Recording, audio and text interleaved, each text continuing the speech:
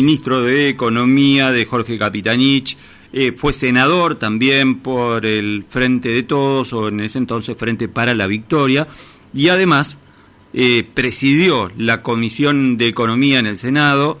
Durante su ejercicio como senador, fue presidente de la Cámara de Diputados, entre otras cosas. Eduardo, buen día, ¿cómo le va? Roberto Espinosa lo saluda. Hola Roberto, ¿cómo estás? Bien por acá, un gusto saludarlo. Muy bien, Eduardo, y tratando de entender, ¿no?, el rumbo económico en donde estamos posicionados, porque recién, por ejemplo, estábamos marcando de que nos estamos acostumbrando a convivir con una inflación cada vez más elevada. Parece ya natural tener 7% de inflación mensual, y nosotros decíamos esto no es natural, pero sin embargo ya hay una convivencia del argentino promedio con esta inflación elevada. ¿Cómo observa esta situación y considera que es necesario un plan de shock para frenar? Porque algunos economistas, como Álvarez Agis, decía, hay que, ante este nivel de inflación cada vez más elevada, es necesario, imperioso, casi obligatorio, un plan de shock, decía Álvarez Agis. ¿Usted comparte esa mirada? Es que, bueno, sí, no se puede hacer de otra manera, ya a esta altura, ¿no es cierto? Ya no hay alternativas. Después puedes ir subiendo un poquito las tarifas, subiendo un poquito el dólar, lo que se está haciendo ahora, ¿no? Pero eso te va poniendo un piso cada vez más alto de inflación. Y observe que las paritarias las están firmando al 100% anual, las últimas que se firmaron, ¿no es cierto? O sea que eso te habla de un piso de inflación que, así como pasó del 5 al 7 en los últimos 5 meses, a este ritmo donde vos de a poco subís la tasa, de a poco subís el dólar, todavía no subiste las tarifas, es un gran problema, se va a terminar estabilizando más cerca del 9, lo que ya quiere decir 200% anual, ¿no? 200% anual, o sea que y a eso no hay forma de cortar esta inflación corriéndola de atrás, es decir, actualizando un poquito el dólar, un poquito las tarifas, sin dar señales muy claras en lo fiscal, porque todavía no se hizo nada en ese sentido. O sea que ya se requiere una terapia mucho más fuerte, lamentablemente, porque eso trae consecuencias que son muy dolorosas, ¿no? Uh-huh. Yo creo que cualquier persona que seriamente busque estabilizar la economía argentina en este momento tiene que pensar en un dólar de aproximadamente 250 pesos como mínimo, con una actualización de tarifas correspondiente. Eso obviamente que multiplica niveles de pobreza, ¿no es cierto? Entonces, bueno, es doloroso. El tema es que cuanto más avance este tiempo, ¿no es que logras estabilizar, te vas parando en pisos de inflación cada vez más altos y bueno, después no sabes si tenés control, efectivamente, como sucede ahora, ¿no? Eduardo, lo que pasa que cuando nosotros hablamos de plan de shock, nosotros recordamos los dos más emblemáticos que tuvimos en los últimos tiempos en nuestro país. Uno era el plan austral y el otro el plan de la convertibilidad. ¿Alguno de los planes de shock que estamos mencionando podrían ser contemplados o algo similar? ¿El escenario es propicio para aplicar alguno de esos planes? No, porque esos son dulzuras al lado de lo que necesitas, digamos. Ah, caramba. O sea, el plan austral y el plan de convertibilidad tuvieron antes, sobre todo en el caso del plan austral, ¿no?, la posibilidad de un acomodamiento de precios relativos, es decir, antes de 2 meses después de que asumió el equipo de Surril, primero fuiste acomodando los precios relativos, entonces arrancaste sin un dólar ni muy atrasado, ni tarifas muy atrasadas, y entonces después lanzaste el plan austral. Ahora no, ahora estás en un problema de que no estás en condiciones de largar un plan suave como eso, por decir una cosa así. Entonces, a ver, ¿qué plan de shock tuvo? ¿Qué situación de shock tuvo la economía argentina? La crisis del 2001-2002, uh-huh, con el dólar de 1 a 4 y después bajando a 3, ¿no es cierto? Y usted fíjese que si estamos en un dólar de 130, 135 y tenés que irte a 250, estamos hablando de una duplicación del tipo de cambio. La Argentina, el problema que tiene hoy es que los precios en dólares son muy altos, dólares oficiales, ¿no?, son muy altos. Las tarifas en dólares son muy bajas, son muy atrasadas, ¿no es cierto? Y al mismo tiempo los salarios ya vienen perdiendo, en el caso de los salarios formales, 25% en los últimos 5 años, y en el caso de los salarios informales, 40% en los últimos 5 años. O sea, la gente se viene empobreciendo con precios que están en dólares muy altos y tarifas muy bajas en dólares. Readecuar todo, esos son los precios relativos de la economía, ¿no? Readecuar todo eso, bueno, obviamente que es un gran problema. Y al mismo tiempo, bueno, la Argentina necesita otra cosa, no solo hablar de estabilización, porque lo que siempre hablamos es, necesitamos estabilizar para después crecer, son caminos que hay que recorrer en paralelo, porque al mismo tiempo necesitamos incentivar muy fuerte la generación de dólares genuinos del sector productivo, porque si no hay dólares para crecer, si no hay forma de crecer, ¿no es cierto? Porque el crecimiento de la producción necesariamente demanda importaciones, demanda energía, y que en este momento somos importadores. O sea que si al mismo tiempo que se estabiliza, no se pone un futuro deseable en términos de crecimiento, de aliento, de actividades exportadoras, es como que el crecimiento se te limita por el otro lado. En este momento no puedes crecer por inflación, pero si no haces las dos cosas al mismo tiempo, bueno, no tenés un futuro deseable para la Argentina. Yo creo que si pudiéramos decir algo concreto, es la Argentina de clase media prácticamente se está muriendo, ¿no? Y lo que se consolida ya es la Argentina de la pobreza, ¿no?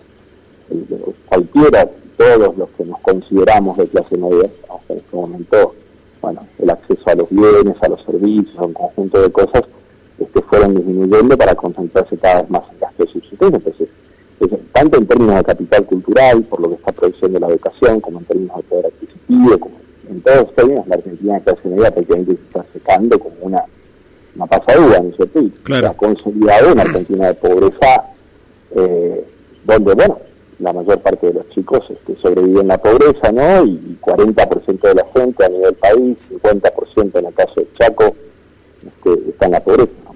Ahora, Eduardo, ¿cómo se explica ese escenario que está describiendo? Porque lo escuchaba hace un tiempo al presidente de la Nación, Alberto Fernández, sostener que el problema de nuestro país es que la economía crece demasiado rápido, haciendo alusión al presidente respecto de que el año pasado la economía creció un 10,4%, que el primer semestre creció aproximadamente de este año un 6% en su actividad económica, y si eso fuese cierto, si ese crecimiento importante de la economía, más del 10% el año pasado, el 6% este primer semestre de lo que va del año, uno dice, ¿y a dónde fue a parar ese crecimiento? ¿O fue como lo indicó Cristina Fernández, que se lo llevan 4 o 5 vivos ese crecimiento y la población no ve ese crecimiento de la actividad económica? No, la economía es es el problema de tener abogados, ¿no? Sin conocimientos básicos de economía, como es en lugares decisivos. Uh-huh. Justamente en estos días estamos discutiendo en Buenos Aires, en paneles académicos, de políticos y de empresarios, que una gran parte del problema argentino realmente es el bajísimo nivel de formación de la dirigencia política, ¿no? Pero gran parte, porque la grieta también, yo le diría que el 50% nace de eso. Está en lugares decisivos, desconoce los problemas y entonces debate de prejuicios, aparte es duro reconocer que no se sabe y uno llegó tan alto, ¿no? Bueno, se dice cualquier tipo de cosas. La verdad es que no, una economía crece cuando crece lo que se llama su producto potencial, es decir, cuando va habiendo inversión, cuando va habiendo trabajadores más calificados, ¿no sé qué, eso se llama su producto potencial. Entonces cuando caes y te recuperás a tu producto potencial, no estás creciendo, estás recuperando, ¿no? Estás usando las máquinas que tenés, estás usando gente que ya tenés y desempleada y la estás teniendo ahí, pero no mejora su nivel de calificación, ni tenés nuevas máquinas, ni tenés... La economía argentina, la verdad es que crecer no crece desde el 2011, tuvo un breve periodo de crecimiento entre el 2006 y el 2011, muy cortito y muy bajo, porque lo que hubo después del 2003 y hasta el 2007 fue una recuperación de la crisis del 2001. Esas tasas chinas de crecimiento, bueno, uh-huh, van a llegar al PDI potencial, a ocupar todas las máquinas otra vez, a darle desempleo a ese 25% que quedó desempleado, pero no es que estás creciendo, estás recuperando. Pero la Argentina tiene una tasa de inversión del 17%. Para crecer realmente necesita por lo menos 5 o 6 puntos más del producto de tasa de inversión. Es decir, necesita invertir aproximadamente 50.000 o 60.000 millones de dólares más por año. Si no, no hay país que crezca con 17% de tasa de inversión. Eduardo, ¿y se puede pensar, ¿no? ¿Se puede pensar en esa proyección de crecimiento estando tan condicionado por el Fondo Monetario Internacional, que está regulando todo el tiempo, supervisando el rumbo de la economía de nuestro país? Sí, pero no, a ver, es que la Argentina es que no hay nadie pensando en el futuro, ¿no? ¿Cuál sería el futuro de la Argentina? Uno nunca escucha eso. A ver, ¿cómo hacemos para ser un poco parecido a los otros países? Es decir, bueno, tener una moneda nuevamente, que la gente quiera ahorrar en nuestra moneda. Olvidémonos del fondo, a ver, ¿qué diría uno? Tener una moneda, que la gente quiera ahorrar en nuestra moneda, tener crédito, ¿no es cierto? Hoy la Argentina tiene 10 veces menos crédito que Brasil. Entonces, su sistema financiero no da crédito. Pero porque la gente no ahorra en la moneda, ¿no? Tener crédito a una tasa razonable para con eso poder financiar inversiones productivas, que creen trabajo de buena calidad, tener gente que salga capacitada de la educación para conseguir esos trabajos, ¿no es cierto?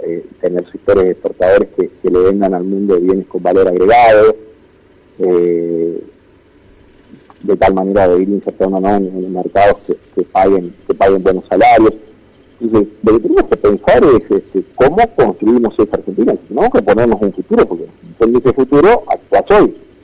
Pero no hay nadie hablando en la Argentina de ese futuro. Y esto no tiene nada que ver con el Fondo Monetario, porque el Fondo Monetario, a ver, seamos claros, nuestro problema en el mundo no es la importancia, nuestro problema es la irrelevancia. Nosotros somos 0,7% de la economía mundial. ¿Por qué el Fondo Monetario nos querría poner trabas? No es un problema de eso, o sea, no hay, va a poner trabas y va a poner trabas China, qué sé yo, a ver, que forma parte del directorio del fondo. Aparte, ¿quién es el Fondo Monetario? Claro. Los ministros de Economía de los principales países del mundo, digamos, o los banqueros centrales de los principales países del mundo, Alemania, Japón, los Estados Unidos, China, Rusia, que están todos coordinados para joder a la Argentina. 0,7 de la economía mundial, no existe. Parece mucho, claro. Digo, claro, pero eso es el imaginario nacional, ¿no es cierto?, donde es como esa frase de Churchill falsa que circula, ¿no?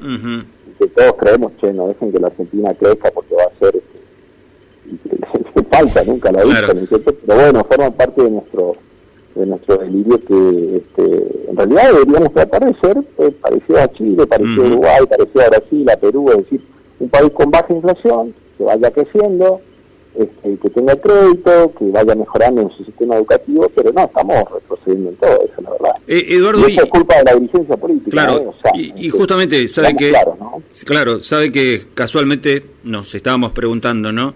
¿Por qué es imposible hoy imaginar, pensar una dirigencia política que contemple un largo plazo en el rumbo económico? Y nosotros decíamos, parece una situación inversa a la que se termina dando, en donde se maximiza la grieta, y en ese contexto parece imposible imaginar un escenario de consensos, sobre todo en un año electoral que se avecina. ¿Usted observa lo mismo? ¿Contempla que en este escenario parece muy difícil, muy complejo que se den consensos largoplacistas como usted está demandando? Yo creo que a esto que mayoritariamente la gente en la Argentina efectivamente lo demanda, pero cada vez es mayor un escenario de gente que va cuestionando a la dirigencia política en su totalidad, ¿no es cierto? Mire, de lunes a miércoles yo formo parte de una organización nacional, ¿no?, que reúne políticos de distintos partidos y a los mayores empresarios del país. Bueno, estuvimos en mesas de sociólogos, de encuestadores. Los encuestadores nos dicen, la verdad es que lo que nosotros tenemos hoy es un escenario de tercios entre Cambiemos, el Frente para la Victoria o el peronismo, digamos, y el partido de Milei. Un escenario de tercios, Uh-huh. Y eso es usted, de lo que estamos hablando. Es decir, está de nivel de nuestro fracaso que estamos generando nuestro Bolsonaro, nuestro Trump, nuestro Giorgia Meloni, que acaba de ganar en Italia, o sea, una fuerza de ultraderecha, antipolítica y antisistema. Tiene hoy un 30%, se está aproximando un 30% de los votos en la Argentina. Claro, la verdad un tremendo escenario sería ese. Y eso es lo que significa, ¿no? Claro, sí, no, es tremendo. Ahora, si la dirigencia política no escucha, no aprende a leer, bueno, la gente se la va a llevar puesta, va a votar por cualquier tipo de cosas. Cuando los sociólogos preguntan, estamos hablando de un conjunto de consultoras, ¿no? De trabajos tamizados, por decir así. Y 12-15% de la gente considera que un gobierno autoritario sería mejor que uno democrático. Y a un 20% de la gente, de los argentinos encuestados, ¿no es cierto?, en realidad le es irrelevante que el sistema político rija. O sea, otra vez, un tercio de los argentinos ya le es irrelevante, ¿no?, que haya democracia o no. Claro, ¿Usted coincide con los sectores más jóvenes? Entonces, nos pasa algo con la juventud. Uh-huh. La juventud de clase media y que puede, se va yendo del país, y la juventud de los sectores de menores ingresos, desde que se va yendo desde la convivencia democrática.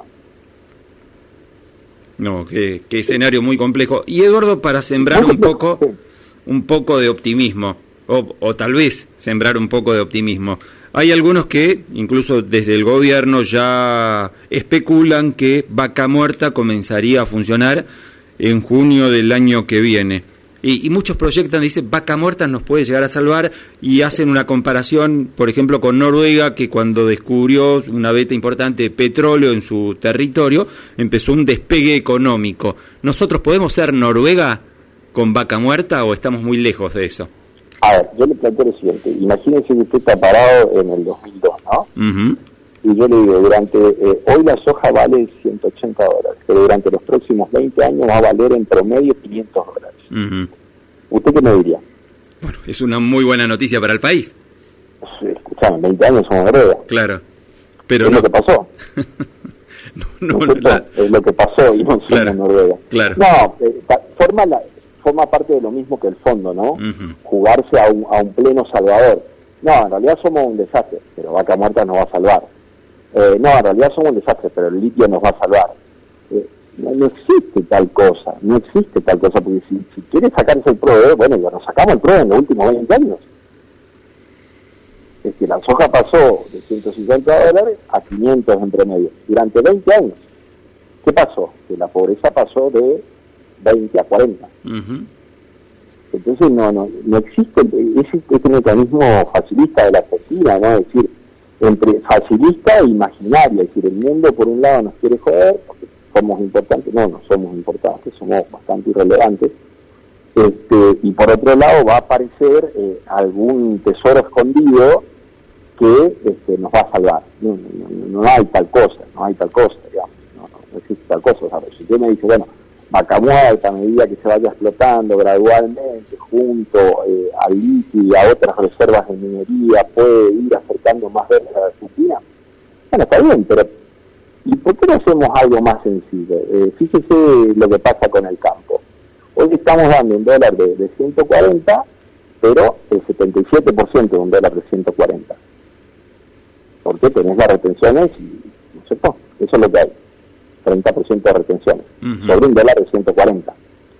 Entonces, imagínense lo que podría producir a un dólar distinto y los dólares que podría generar, y pensamos en armar un buen sistema de subsidios para compensar los efectos sobre precio de los alimentos que eso puede tener. A los sectores pobres que lo necesitan. Es mucho más fácil que esperar 20 años para Vaca Muerta, digamos. ¿Cierto? Claro. Y no podemos hacer. O sea, la falta de grandeza política. Yo creo que hoy necesitas algunos dirigentes importantes del país con capacidad de grandeza política, con capacidad de no jugar a la polarización, con capacidad de no de plantearse claramente, voy a tratar de hacer un acuerdo con un conjunto mayoritario de adversarios sobre estos puntos. Pasa que se ha deteriorado tanto la credibilidad de la política, los medios tienen una gran responsabilidad también en propagar como es discursos de odio, aunque se ha utilizado para cualquier cosa esa palabra, pero la verdad es que las redes sociales, también vivimos en un mundo de redes sociales, y es un mecanismo que desde el anonimato permite ensuciar el debate público, ¿no es cierto?, radicalizarlo cada vez más, polarizarlo cada vez más, encerrarse cada vez más en la burbuja de cada uno. Entonces, la democracia es esencialmente diálogo con el otro para no tener conflicto y agarrarse a las piñas, ¿no? Porque eso consiste el sistema. Claro. Bueno, ¿qué tenemos? Y tenemos presidentes fracasados, por empezar, algunos mecanismos que llevan a esto, presidentes fracasados que no se quieren ir a su casa, que quieren volver, que quieren tener segundos tiempos y que arman coaliciones rarísimas donde ellos quieren mantener el poder y que ponen unidotes adelante y no hay grandeza en la dirigencia argentina, ¿cierto? Tampoco quiero culpar totalmente a la sociedad, claro, porque la sociedad también avala desde estos imaginarios, ¿viste? Esa idea de que, no, bueno, pero tal cosa me puede salvar, pero en realidad si nos liberamos del fondo que conspira contra nosotros, la verdad es que el fondo le facilitó el gobierno a Macri, le está facilitando ahora el gobierno a Alberto Fernández. Si lee los diarios del mundo va a decir que, ¿por qué? En todos los diarios del mundo, ¿no? ¿Por qué le prestan a la Argentina en estas condiciones? No se da cuenta que esos tipos no quieren devolver esa plata, no la van a poder devolver, y el fondo va y amasa y le da los perdones a Martín mismo, le da los perdones, cuando de los acuerdos que se firman, a Macri le dio los dólares, ¿no sé qué? Le va renovando los vencimientos, le pasa los dólares antes de que llegue el vencimiento para que con esa misma plata la Argentina le pague, porque tampoco quieren reconocer que dieron un préstamo enorme, mal dado, ¿cierto? Pero ni que cayó la propia Argentina, esa es la verdad. Pero hay que trabajar con la dirigencia, ¿no? Hay que trabajar con la dirigencia política sobre los temas serios, educación, moneda, equilibrio fiscal, plan productivo. Qué bueno sería si el presidente, por ejemplo, pudiera venir a decir al gobernador del Chaco, ¿no? A ver, ¿cuáles son tus 5 sectores con potencial exportador básico? A ver, hagamos un plan a 10 años. Llamalo a los radicales que están en la Comisión de Producción de la Cámara de Diputados tuya y hagamos un plan. Radical, Gobierno Nacional, gobernador, 10 años para los 5 sectores exportadores clave de la provincia del Chaco. Pongámonos de acuerdo, a ver qué necesitas y empecemos a capacitar a la gente, hagamos la infraestructura necesaria para eso y empecemos a generar dólares. Y así repitiera con Formosa, lo repitiera. ¿Dónde está el plan productivo de la Argentina? No está en ningún lado. ¿Dónde está eso? Llamar a la oposición y vamos a acordar un plan de 10 años para 5 sectores productivos. ¿Usted cree que el radicalismo y el peronismo en la provincia tienen diferencias sobre los sectores productivos con potencial exportador? No tienen diferencia, no tienen idea de cuáles son.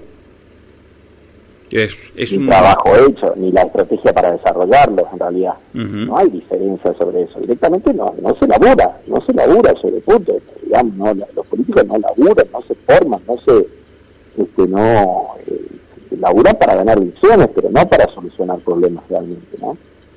Tremendo panorama, Eduardo. Lo último, da para charlar mucho más, el tiempo lamentablemente es escaso hoy, pero quería consultarlo, Eduardo, por algo que usted marcó en las redes, porque mucha gente, ante la escalada inflacionaria del 7% mensual, va y acude al dólar para tratar de decir, bueno, con esto yo le gano a la inflación, y mucha gente tiene encanutada en sus casas los dólares pensando que ahí se salva de los efectos inflacionarios, pero usted alertó en sus redes diciendo, ojo, porque si no pones a trabajar ese dólar, también en Estados Unidos hay inflación, no tanto como acá, pero la hay, y termina perdiendo si usted tiene ese dólar encanutado en su casa. ¿Esto es así? ¿Y por qué? Es así, es decir, pierde la gente y pierde el país, ¿no? Porque siempre que esto no venga de evasión fiscal, porque si no lo puede blanquear, no lo puede llevar el banco, ¿no es cierto? Pero asumamos que lo podés justificar. Los bancos tienen instrumentos. Los plazos fijos en dólares rinden muy poco, como máximo 2% que puede dar por año un banco, pero bueno, ya no perdés el 8% de inflación anual que los Estados Unidos tienen en este momento, ¿no? Perdés ahí nomás. Pero después hay opciones, por ejemplo, hay empresas energéticas argentinas, Pampa Energía, por ejemplo, emite obligaciones negociables en dólares al 8%.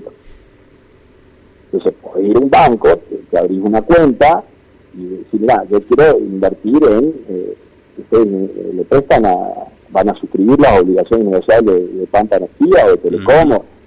Hay gente que emite deuda en dólares, no tiene por qué ser el Estado necesariamente. Claro. No tiene por qué ser un banco necesariamente, y hay gente que genera ingresos en dólares, ¿no es cierto? Y los pones a trabajar y gana el país y vos obviamente ganás. Claro, también, claro. ¿A quién cuando vos tenés el dólar guardado en tu casa, ¿a quién le está afectando eso? Al gobierno de los Estados Unidos, al menos 8%. Claro. Está bien, es seguro, si no te entran a robar a tu casa, ¿no? Uh-huh. Y capaz no tenés tiempo para dedicarte a todas esas cosas. Ahora, si ya tenés un monto considerable, y anda a un banco, hacete asesorar, fíjate alguna obligación negociable, ni siquiera hace falta invertir en empresas argentinas, ¿no? Hay bancos que manejan instrumentos más sofisticados que invierten en Apple, en Google, en Amazon, y lo podés hacer desde la Argentina. Eso no está en negocio porque le prestás a empresa extranjera, pero si le prestás a empresa argentina, eso circula acá dentro del país. Es un gran problema de la falta de confianza que nosotros tenemos. Ya, primero no confiamos en la moneda y después, como pasó lo del corralito y todo lo demás, ya ni siquiera confiamos en los bancos, pero hay que aclarar a la gente que los dólares que están en los bancos, no están prestados, no están nada, están ahí. Y sobre eso, no es como los depósitos en pesos. La verdad es que alguien te puede decir, ¿qué hacen los bancos con los depósitos en pesos? Y hoy, gran parte los tienen colocados en el ELIT, que no sabemos cómo va a ser para pagar el gobierno. Entonces, un depósito en pesos, vos podés decir, sí, la verdad que no sé si es negocio. No sé si es negocio porque tengo duda que después, ¿qué va a terminar haciendo el gobierno si no va a romper todos los contratos del ELIT? ¿Qué va a pasar ahí con mi depósito en pesos, no? Es legítimo que me digas eso. Ahora, en el caso de los dólares, no. Los depósitos en dólares están en los bancos, y una parte están encajados en los bancos centrales, están ahí, no hay ningún riesgo sobre eso, ¿no? Pero primero perdimos la confianza en la moneda, después con los corralitos ya perdimos la confianza en los bancos. Todos se comenta mucho entre economistas, de hecho, que en los últimos 20 años, que los precios de los commodities subieron, así como subió la soja, subieron los minerales, toda América Latina se dedicó a consolidar sus monedas y a bajar sus tasas de inflación. ¿Qué hizo la Argentina en los últimos 20 años? Volvió a destruir la moneda que había logrado durante la convertibilidad. Volvimos a destruir la moneda. O sea, en un escenario en el que nos sacamos de tres, volvimos a destruir la moneda. Entonces, volvemos a lo mismo, ¿no? Falta de un proyecto de futuro. Uh-huh. Cuando nos sacamos el PROE, tratar de repartirlo todo hoy, y entonces a un nivel de gasto que es compatible con sacarte el PROE, pero que no es compatible, porque no todos los días te vas a sacar el PROE. No, ¿cierto? Queda claro que no. Y te queda un sistema de gasto después infinanciable, que nadie lo quiere pagar, entonces el 50% de emisión impositiva. Hay que rearmar todo, es difícil decir a la gente confiar en esta dirigencia y no votar loquitos sueltos, pero ese sería mi mensaje, ¿no? Confiemos en políticos profesionales, formados, dialoguistas, porque loquitos sueltos, creíamos que Bolsonaro, loquitos sueltos, ahora va a gobernar los partidos, va a gobernar los principales estados del Brasil y los principales municipios, ¿no? La misma persona que puso una ministra de Educación que dijo, mira, quiero que los nenes vayan de celeste a la escuela y la nena rosado, digamos. O sea, qué increíble. No terminamos en cualquier locura. Claro. Podemos terminar en cualquier... Claro, o sea, sí. Estamos con un tercio de los votos a un tipo que tiene como idea quemar el Banco Central y establecer un mercado de órganos humanos. No, increíble. Bueno. Increíble. Eduardo, yo venía con muchas esperanzas, venía con muchas ínfulas de pensar un país mejor, pero verdaderamente escuchándolo dije, y bueno, le puse un freno de manos. Hay que hacerlo, pero llamando la atención de la dirigencia, ¿no? Llamándola a pensar un país mejor. No yo te digo la verdad, yo me fui de la política, me fui del peronismo, formé un partido aparte, por vergüenza propia y ajena frente a esta situación, ¿no? Es la verdad. Es la verdad, digamos. Sí.